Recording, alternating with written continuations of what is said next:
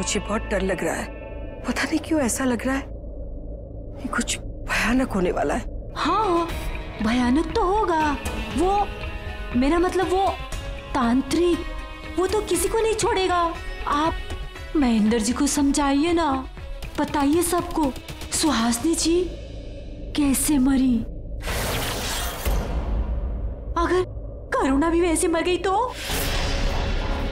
दहल गया ना दिल। नहीं नहीं नहीं, मैं मीनाक्षी यहाँ है तो वहां कौन?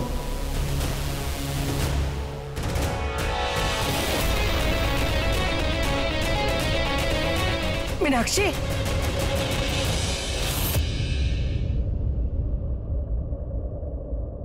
मीनाक्षी, मीनाक्षी तू यहाँ थी ना? यहाँ बैठकर मेरे साथ बात कर रही थी ना?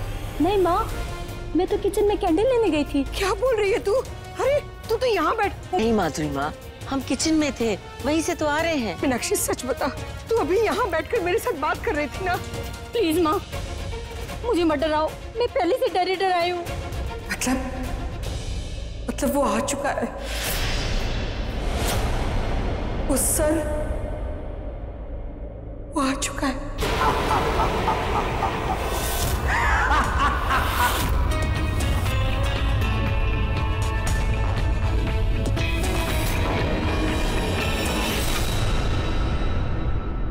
मैं माँ को अंदर ले चलती हूँ कमरे में। चलिए मम्मी जी। वो आ गया है। चलिए आइए। सच कहती हूँ दामिनी, वो आ गया है।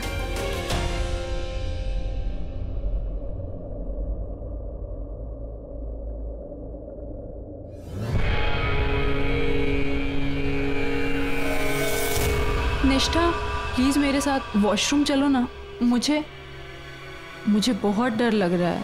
देख तो घबरा मत, कुछ भी नहीं है। मौत है, चलो अच्छा है, एक और मौत के मुंह में जा रहा है। अनन्या, तू कहाँ पे है? मुझे कहीं दिखाई नहीं दे रही।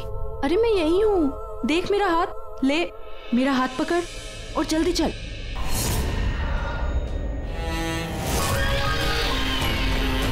अनन्या, तेरे हाथ को क्या हुआ?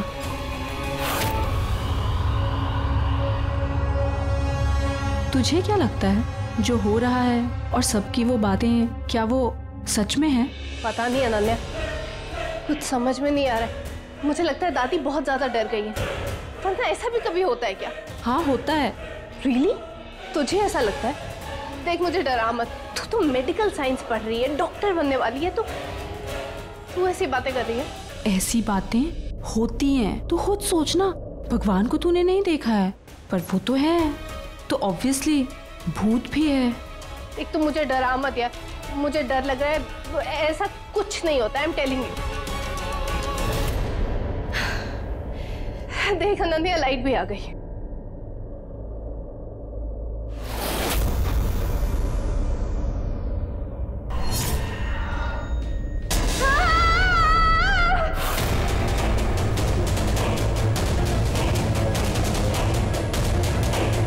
आवाज तो यहीं से आ रही थी। निष्ठा कहाँ है? मैं उधर जाके देखता हूँ। हाँ। निष्ठा!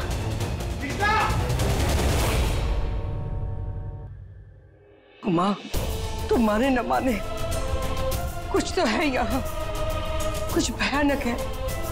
माधुरी माँ को नीचे ले जाओ। पर निष्ठा यहाँ अकेली क्यों आई? निष्ठा! निष्ठा! निष्ठा!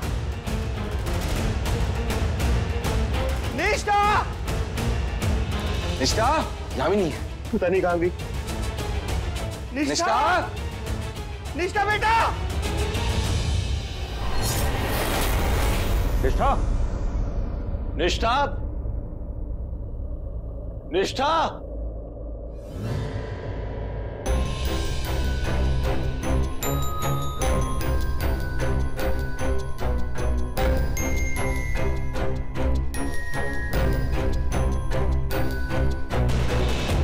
खून की बूंदे यहाँ तक, मतलब यही कुछ है, कुछ तो है।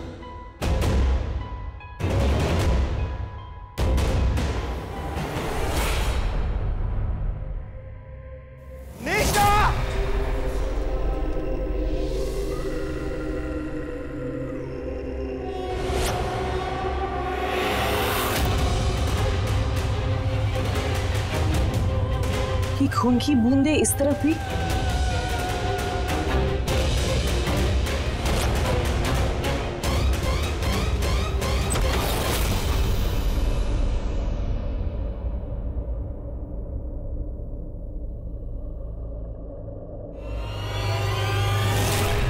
निष्ठा, राज, चाचा, पापा, निष्ठा यहाँ स्टोर रूम में है।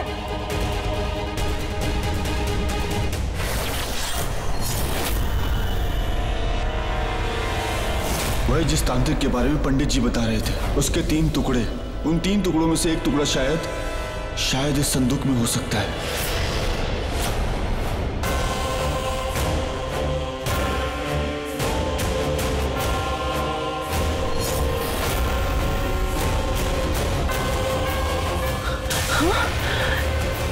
ये तो प्लास्टिक का हाथ है।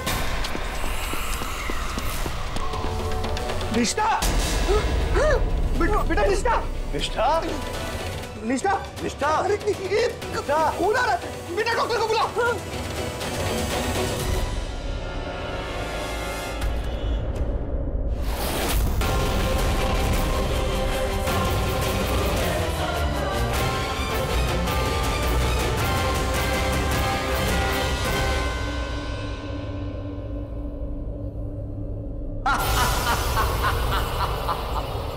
निष्ठा तो गई, कितनी डर गई, पर अब किसी को कुछ पता नहीं चलेगा और कोई भी विश्वास नहीं करेगा।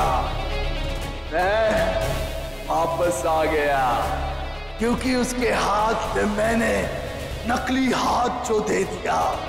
ये मौत देने वालों, तुम सबको मौत दूंगा, लेकिन पहले तुम सबकी रग रग में इतना डर भरूंगा कि जीना हराम कर दूंगा।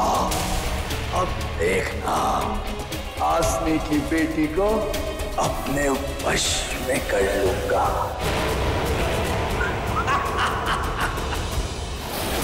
वर्षों से हाथ बंधे थे, आज उठ गया हाथ। अब समझ में आ गया ना कि अपने ही पैरों पर कुल्हाड़ी मारो तो अपने ही यहाँ कैसे उठते हैं।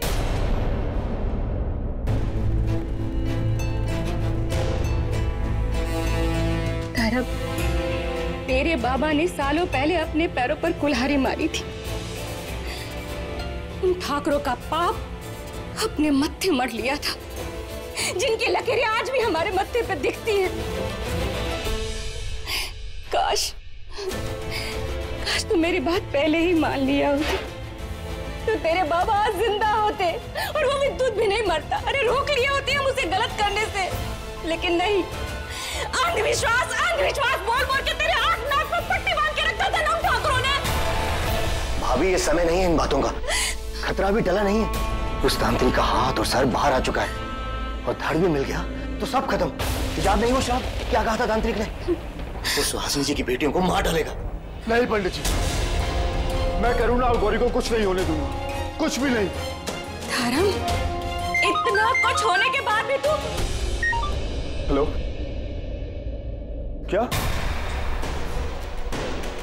क्या हुआ? किसका फोन था? जिस बात का डर था वही हो रहा है। वो निष्ठा। निष्ठा? क्या हुआ निष्ठा को? कोई गहरे सदमे की वजह से इन्हें बुखार आया है। दवा हमने दे दी है, सुबह तक इन्हें होश आ जाएगा। पर प्लीज ध्यान रखिएगा, इन्हें सख्त आराम की जरूरत है। Thank you doctor.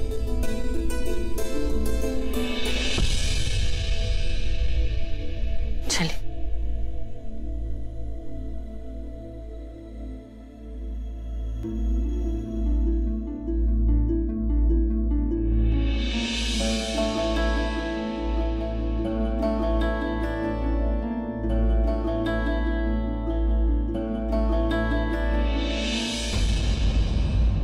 विक्रम,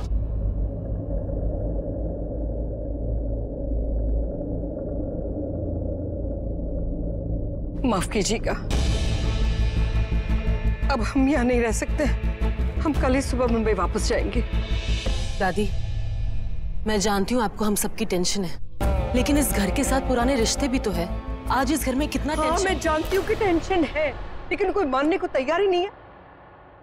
यहाँ कुछ है, कोई है, कुछ तो भयानक है। दादी, मैं नहीं जानती हूँ कि आप जो सोच रही है वो सच है या झूठ, पर मैं इतना जरूर जानती हूँ कि यहाँ कोई गलत नहीं है।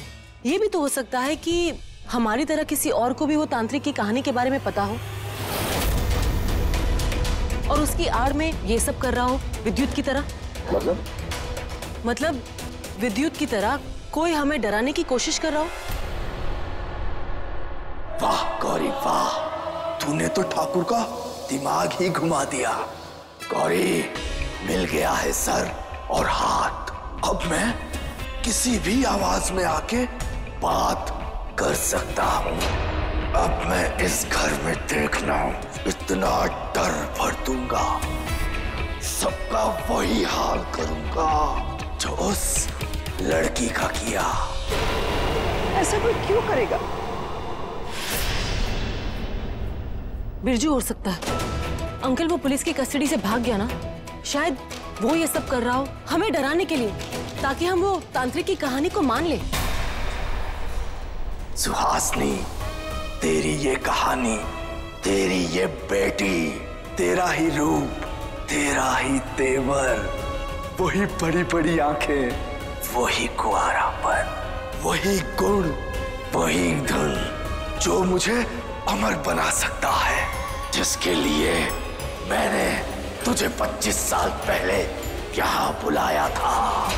दादी प्लीज समझिए, इनके बुलाने से हम यहाँ आए, दोस्ती निभाई, रिश्ता हुआ, और अगर इस तरह हम रातों रात चले जाएंगे तो ये सही नहीं होगा ना दादी।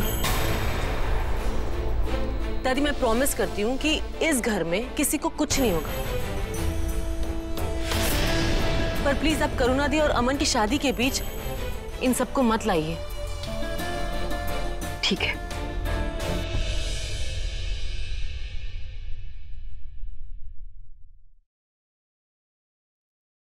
राज, मैं जानती हूँ मैं तुम्हें अच्छी नहीं लगती, and I really don't care, लेकिन धर्म तुम्हारा दोस्त है और मेरी वजह से तुम उसके साथ दोस्ती मत तोड़ो। धर्म ने अभी अभी अपने बाबा को खोया है। जब तक वो अपने बाबा की मौत का कारण नहीं जान लेता, उसे शांति नहीं मिलेगी। राज, धर्म को तुम्हारी जरूरत है, so please don't do this. और आप लोग समझिए, अगर हम सब साथ रहेंगे तो हमारा कोई कुछ नहीं बिगाड़ सकता। शाबाश गौरी, जब तक मेरा धन नहीं मिल जाता ऐसे ही लड़ते रहो, लड़ाते रहो, कहानियां बनाती रहो। जिस दिन मुझे मेरा धन मिल जाएगा, असली कहानी उस दिन मैं बनाऊंगा, मैं फिर आऊंगा और फिर तुम सबको मिटाऊंगा। सही कहा तूने, यहाँ कोई गलत नहीं है, हर किसी को अपनी उलझन है। धर्म ने अपने पिता को खोया है, पंडित जी ने अपने बेटे को, मीनाक्षी के बेटे के साथ अभी ये हादसा हुआ और गांव के 2 लोग भी मर गए। क्यों, कैसे, हर किसी को सवाल है और सबको जवाब मिलेगा, आज नहीं तो कल जवाब मिलेगा। लेकिन मेरा एक सवाल है जिसका जवाब मुझे सिर्फ तुझसे चाहिए। एक अधूरी कहानी, एक सवाल और एक जवाब। कैसी कहानी दादी? वही कहानी जो मैंने, पंडित जी ने और उमा ने अपनी आंखों से देखी है।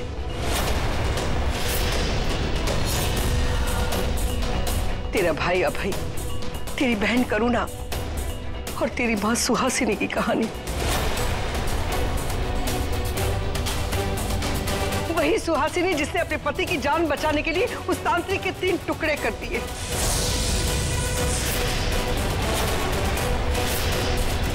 उसने तो तांत्रिक को मार दिया, लेकिन सुहासिनी की मौत कैसे हुई ये जानना नहीं चाहती।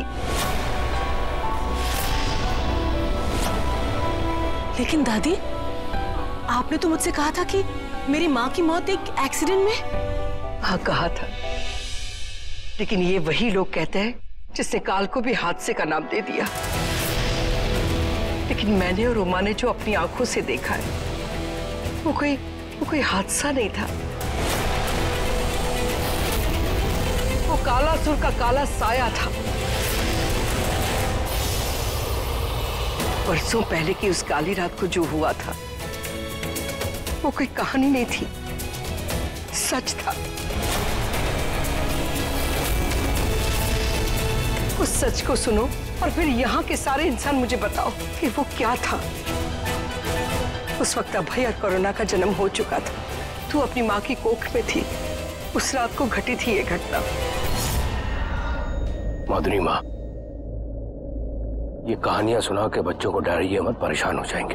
अगर फैसला बच्चों पर ही टिका है तो आज इन्हें ही तय करने दीजिए कि इस कहानी में कितनी सच्चाई और कितना अंधविश्वास।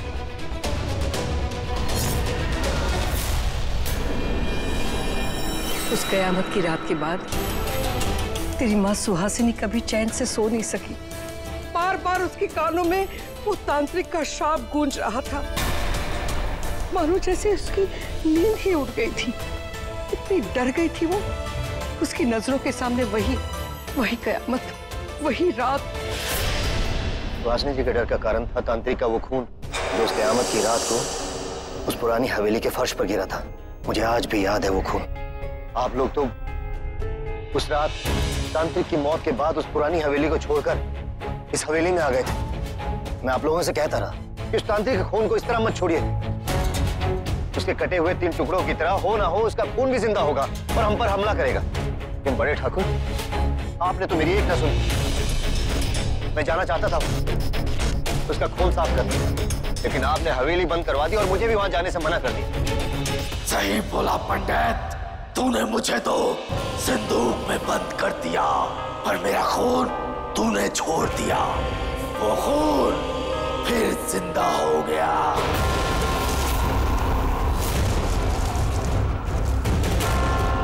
अगर आपने उस रात मेरी बात मान ली होती तो आज सुहासिनी जी जिंदा होती।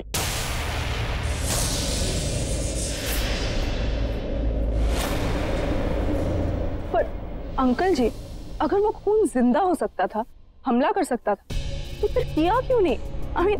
5 साल तक इंतजार क्यों किया? उन 5 सालों में अभय भैया और करुणा दी का जन्म हुआ, तब उसने कुछ क्यों नहीं किया? सुहासिनी के लिए उस रात के बाद 5 साल तक सुहासिनी कभी पलटकर यहाँ राम नामगढ़ वापस नहीं आई। मना किया था ना मैंने तुझे, मना किया था कि यहाँ मुड़कर हम वापस कभी नहीं आएंगे, लेकिन तू उस वक्त भी मेरी बात नहीं माना। ले नहीं आया माँ, लाना पड़ा। राज के नामकरण की रस्म थी और मैंने अपनी सारी प्रॉपर्टीज पृथ्वी को बेच दी थी। उसका पेपर वर्क भी करना बहुत जरूरी था। हमें तो लगा था कि कालासुर मर गया ना माँ, इसीलिए हम आ गए। लेकिन दादी, उस खून की वजह से मेरी मॉम की मौत। वो खून मेरा खून था, काल जैसा काला खून जो एक आखिरी वार करने की ताकत रखता था। सुहासिनी का इंतजार कर रहा था। उस वक्त करुणा और अभय का जन्म हो चुका था। तू अपनी माँ की कोख में थी। 9 महीने पूरे हो चुके थे। यहाँ राज के नामकरण की रस्म भी पूरी हो चुकी थी। हम लोग दूसरे दिन मुंबई वापस जाने ही वाले थे। उस दिन घर के सारे जेंट्स प्रॉपर्टी के पेपर साइन करवाने के लिए सिटी कोर्ट गए थे। घर में मैं, उमा और सुहासिनी 3 अकेले थे। अचानक सुहासिनी के पेट में दर्द शुरू हुआ। हमें उसे हॉस्पिटल ले जाना पड़ा। पंडित जी यहाँ थे, इसलिए वो भी हमारे साथ आए। सुहासिनी को बहुत दर्द हो रहा था। हमारी गाड़ी तेजी से हॉस्पिटल की तरफ जा रही थी। सुहासिनी सब ठीक हो जाएगा, अभी पहुंच जाएंगे। उमा जल्दी चला, गाड़ी जल्दी चला।